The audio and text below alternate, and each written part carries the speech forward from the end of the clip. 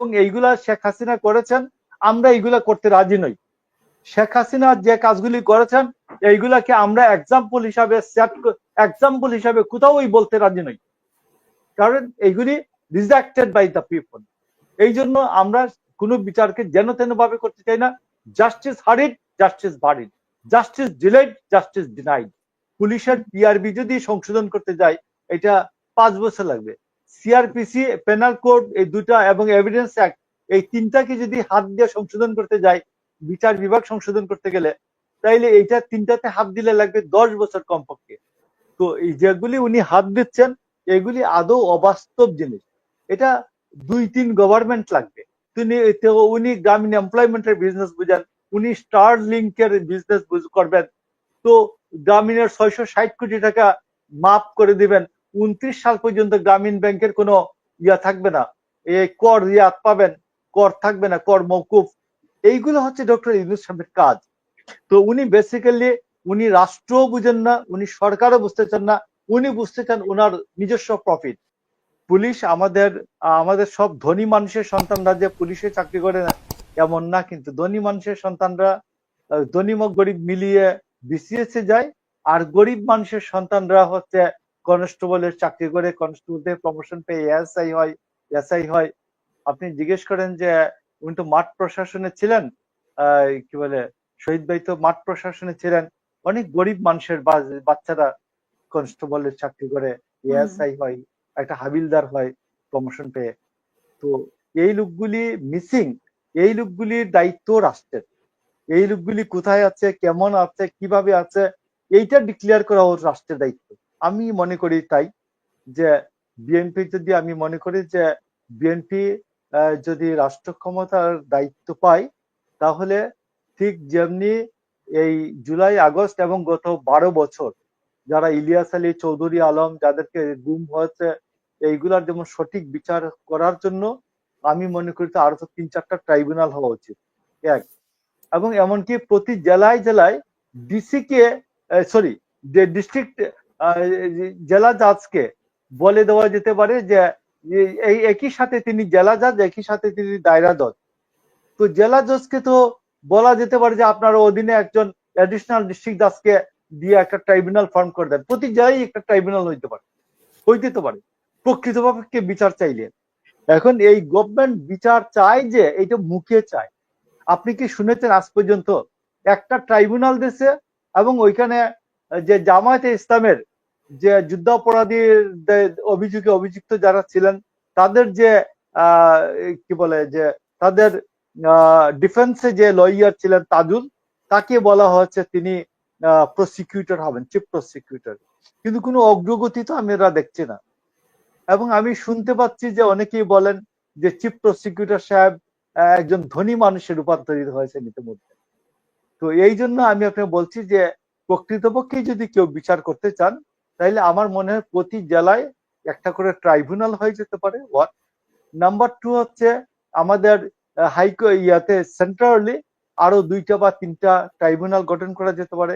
Prosecutor সংখ্যা বৃদ্ধি করা যেতে পারে, যারা প্রসিকিউশন ভালো বুঝেন এদেরকে, এবং সাবেক পুলিশ কর্মকর্তা যারা প্রসিকিউশন বুঝেন এদেরকে ইনভলভ করা যেতে পারে। কিন্তু এইগুলা কোনো উদ্যোগ নেই, এগুলো সব মুখে মুখে হাওয়াই বিচার চাই ওরা। হাওয়াই বিচার যে একটা রায় দিয়া দেন, এটা হয় না, এইগুলা টিকে না। এবং এইগুলা শেখ হাসিনা করেছেন, আমরা এইগুলা করতে রাজি নই। শেখ হাসিনা যে কাজগুলি করেছেন এইগুলাকে আমরা এক্সাম্পল হিসাবে কোথাও বলতে রাজি নই, কারণ এইগুলি রিজেক্টেড বাই দ্য পিপল। এই জন্য আমরা কোনো বিচারকে যেন তেন ভাবে করতে চাই না।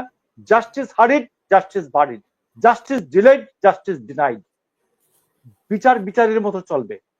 তো এই জন্য আমি আপনাকে বলছি যে এটা যদি বাংলাদেশে যদি একটা ন্যায় বিচারের রাষ্ট্র প্রতিষ্ঠা করতে হয়, বাংলাদেশে যদি রিয়েলি একটা কল্যাণমুখী রাষ্ট্র করতে হয় এবং পরিবর্তন আনতে হয়, তাহলে আমি আপনাকে অন্য একটা জিনিস বলি। ডক্টর ইউনূস যে যেটা আলোচনাটা করতে পারতেন, উনার যে সুবিধাটা ছিল, উনি বয়সে বড় সবার চেয়ে, এবং আমাদের রাজনৈতিক নেতা যারা আছেন এদের সবার চেয়ে বড়, বেগম খালেদা জিয়ার চেয়ে বড় বয়সে। তিনি সবাইকে ডেকে বলতে পারতেন যে আপনাদের পলিটিক্যাল পার্টিগুলি সংস্কৃতির মধ্যে পরিবর্তন আনেন, পলিটিক্যাল পার্টিগুলিকে আরো পলিটিক্যাল পার্টির ভিতরে রিফর্ম করেন, পলিটিক্যাল পার্টিতে যেন কোনো খারাপ লোকজন জায়গা না পায় এইটার ব্যবস্থা করেন। এইটা কিভাবে করা যায়, পলিটিক্যাল পার্টির যে ফাইন্যান্সিয়াল ডিলিংসটা, ফাইন্যান্সিয়াল ম্যানেজমেন্টটা আছে, এটা কিভাবে করা যায়। পলিটিশিয়ান যারা ফুল টাইম পলিটিক্স করেন, এদের এদের যে ফুল টাইম পলিটিক্স করেন, এদের যে নন সোর্স অফ ইনকাম, এদের যে একটা ডিসেন্ট সোর্স অফ ইনকাম, এটা কিভাবে ম্যানেজ হবে, এইগুলা নিয়ে আলোচনা করতে পারতেন। কিন্তু উনি যে বিষয়গুলি হাত দিচ্ছেন, আপনি জিজ্ঞেস করেন এক পিআরবি যদি, পুলিশের পিআরবি যদি সংশোধন করতে যায়, এটা 5 বছর লাগবে। সিআরপিসি, পেনাল কোড, এই দুটা এবং এভিডেন্স অ্যাক্ট, এই তিনটাকে যদি হাত দিয়ে সংশোধন করতে যায়, বিচার বিভাগ সংশোধন করতে গেলে, তাইলে এইটা তিনটাতে হাত দিলে লাগবে 10 বছর কমপক্ষে। তো এই যেগুলি উনি হাত দিচ্ছেন, এগুলি আদৌ অবাস্তব জিনিস। এটা 2-3 গভর্নমেন্ট লাগবে। তো এইগুলি আমার মনে হয় যে ডক্টর ইউনূস না বুঝেন রাষ্ট্র, না বুঝেন সরকার, এবং তিনি বুঝেন গ্রামীণ ব্যাংক, গ্রামীণ ইয়ার স্বার্থ।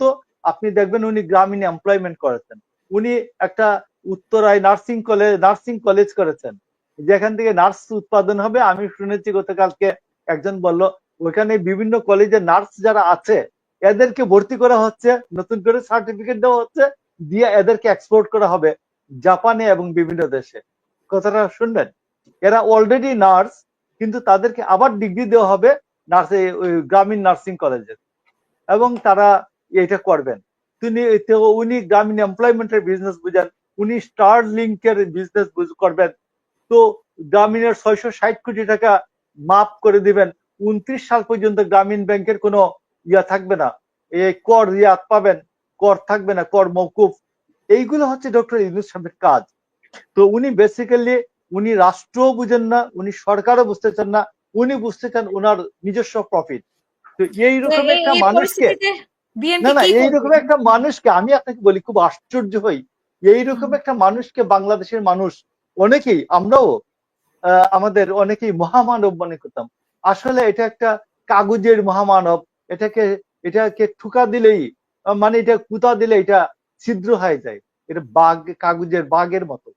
তো এই জন্য আমি আপনাকে বলছি যে ডক্টর ইউনূস যেভাবে এগুচ্ছেন, আমার মনে হয় না উনি ইলেকশনটা করে যেতে পারবেন। এবং আমার মনে হয় যে ডক্টর ইউনূসের হাত রক্তে রঞ্জিত হবে, তারপরে উনি যাবেন ডক্টর ফখরুদ্দিন মঈনুদ্দিনের মতোই যাবেন।